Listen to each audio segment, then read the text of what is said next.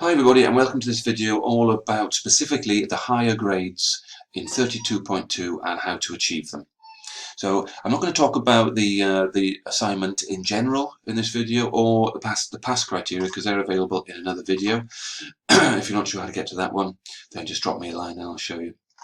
It's about M1 and D1 in this assignment. Now, this is assignment 2, and it's the first time where you've had any higher grades available, and you should really be going for these higher grades 100% with everything that you've got, and aiming really, really high. So, and they both build on the PASS criteria, which is to produce lots of ideas for a DVD cover and a poster for Energy Matters. Like I say, I'm not going to go through all that. That's available in another video. Now, it's possible to do the pass criteria and then come back later on and do the merit and the distinctions, but it's much, much better if you start thinking about the higher grades right from the beginning, especially with a relatively tight deadline of just over a week on this one. That's easy for the passes, but those of you that are going to go for the merits and distinctions, it's going to be tight, and you have to work hard on these, and you have to really, really understand what you're being asked to do. So, as well as creating ideas, and lots of ideas for those two formats, for that film that's mentioned, the Energy Matters film. For the merit, you have to not just generate any ideas that may or not suit what you're being asked to do. For the merit, you have to create ideas that are very specifically for the audience that you have identified for the film, and also you have to really show that you understand the purpose, and the graphics that you're creating are very, very suitable for the purpose. For the pass, in a way, you don't have to produce graphics which are particularly suited to the purpose. You can really produce almost, you produce graphics which are not great in a way. That's what follows on from this. But for the merit, you really have to step up a level and produce and show that from the graphics that you produce, that you're creating them with the purpose in mind and with the audience in mind. And every decision you make about the sketches that you do and all the other tools that you use, everything you do, you've got the purpose in mind and you've got the audience in mind. Purpose, audience, everything you do is for those two things. In a way, you should be doing that even for the pass, but in the merit, you have to really show it. That's the difference. So that's why it's important, really, or it's much, much better to start thinking about the grades right from the beginning. Because right from the beginning of this assignment, as soon as you start writing anything, or drawing anything, or listing, or doing a spider diagram, you should, for the higher grades, you should have the purpose in mind, what the purpose is, and who the audience are, for everything that you do. So let's scroll down a little bit.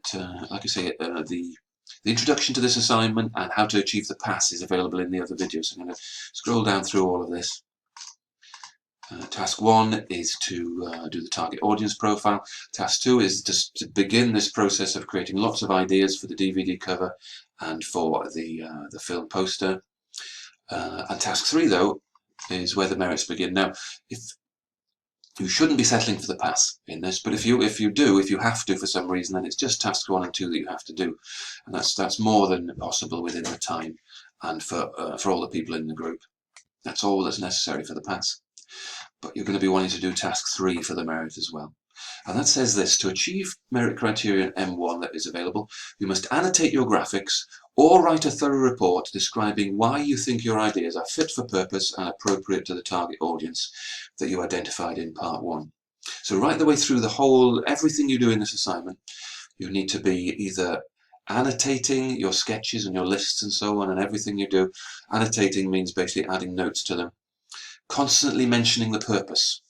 And you're saying things like, I'm doing this, I'm making the layout you're using a particular layout because the purpose is this and because the audience is that. Or you're using a particular, you're coming up with a particular list of content for the DVD cover or for the poster because of who the audience are, because of who the purpose is. So you're constantly coming back all the time to the purpose and to the target audience. And you won't be able to do that. You'll have no chance if you don't really understand what the purpose is and who the target audience are. So it follows that you need to have those in place. You've really got to understand what you're being asked to do and who the audience is before you can stand a chance of getting the merit, because you're going to have to, at every step, you're going to have to mention the purpose, mention the audience. So that's the merit. It's not easy, but there's very few people in the group who are not capable of that. It'll be a lot easier, by the way, to do that if you, when we were doing linked graphics for Coleg Ceredigion, which was the warm-up activity for the assignment, if you didn't just do the first 4 parts of it, which were essential, you couldn't start the assignment without them, but if you were able to get on to 5 and even 6, part 6 of it was a warm-up for the merit criteria in the assignment, where you had to write a detailed description explaining why you think the ideas you came up with were suitable for the purpose, and in the second bullet they're suitable for the audience as well.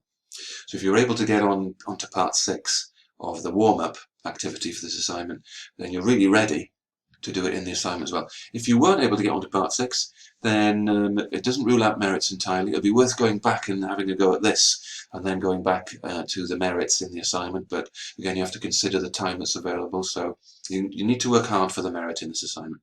So that's the merit covered. Any questions about that I haven't covered there, then you can still you can ask me in class or on Google Chat, but bearing in mind, once you're on the assignment, there's a limit to how much help I can give you. I can really just describe what you have to do. I can't do it for you. So it may be, hopefully not, but it may be you have to settle for the pass, but there's no reason why you should start off from that point. So that's the merit. Now the distinction, if I go back to the assignment brief, task 4, the final task, is that to achieve D1 that's available in this assignment, your ideas for the graphics must demonstrate a high level of visual appeal. So whenever you're doing a list or a spider diagram or a particular sketch, it must be up to almost indistinguishable from professional work. The sketches must be of a professional standard. Of course, they are still sketches, but there's a wide range of quality of sketches that you can do. If you just do a stick man in your sketches, that's fine, you'll get the pass. But for distinction, they have to be of a professional quality. Now, and the same for spider diagrams as well. A ropey-looking spider diagram might get you the pass. It's not going to get you the distinction. They need to be really top quality, visual appeal in those spider diagrams. And again, you'll find this one a lot easier if you got as far as in the warm-up activity. If you got as far as part 7, because doing brilliant sketches does depend partly on your ability to draw. But and if you can't draw already, there's no reason why you should be saying I can't draw, therefore I can't get the distinction. You can work on your drawing, and part 7 of the warm-up activity was to get you ready for that. There's plenty on YouTube about how to improve your drawing techniques and practice your sketching and so on. And if you spend a bit of time on those spider diagrams and those lists, there's no reason why they should just be simple. There's no reason why they shouldn't be professional standard either. Okay, so that's how you can get your merit in this assignment and your distinction in this assignment. And if you've got any other questions about that, just drop me a line on Google Chat, and I'll give you as much help as I can, bearing in mind we're now on the assignment. So aim high there, very high standards. Don't assume you can't get this distinction or this merit. If you work hard, you can get it. So I'll see you on the next video, or I'll see you in the next lecture. Bye bye for now.